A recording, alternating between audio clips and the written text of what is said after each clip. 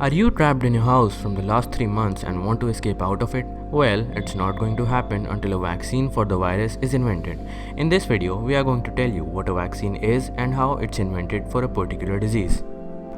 You can think of a vaccine as a type of medicine that trains your body's immune system so that it can fight a disease it has not come into contact with before. Instead of treating it once you have caught it, vaccines are designed to make your body immune to the disease. Vaccines contain the same microbes that cause the disease. For instance, measles vaccine contains measles virus, but they have been either killed or weakened to the point that it won't make you sick. This weakened microbe, also known as antigens, are used to stimulate your immune system to produce antibodies. Now you must be thinking of how vaccines of deadly diseases like COVID-19, chickenpox and influenza are invented. Although the concept of vaccines was thought of by the Chinese in the 1500s, where they practiced inoculation. Inoculation is a set of methods of artificially inducing immunity against various infectious diseases.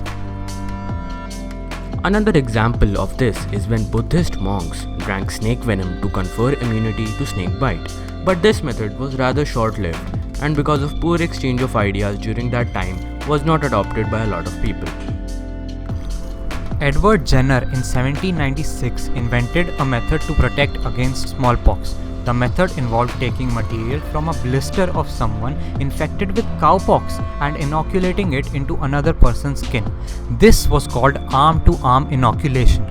However, by the late 1940s, scientific knowledge had developed enough so that large-scale vaccine production was possible and disease control efforts could begin in earnest. Now that you know what vaccines are and how they are invented, let us now move forward and get to know how vaccines for different diseases are created. The preparation of a vaccine can be divided into 5 main steps, which are: first, generation of antigens; second, isolation; third, purification; fourth, strengthening; and the final and the fifth stage, distribution. Alright, now let us explain these steps to you. The first, as listed above, is the generation of antigens, which are used to create an immune response. During this period, the pathogen is grown and harvested in a suitable environment. As vaccines are used to cure diseases mainly caused by viruses and bacteria, the method of growth of viruses and bacteria are different. Viruses are grown in cell cultures.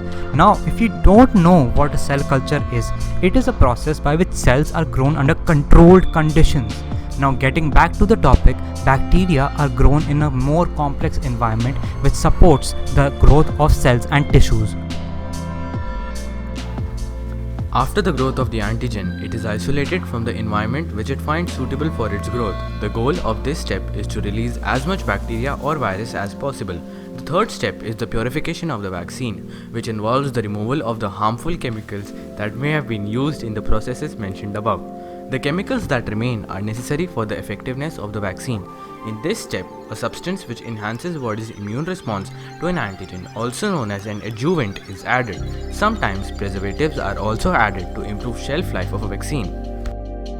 The final step combines all components that make up the final vaccine and uniformly mixes them together in a single vessel.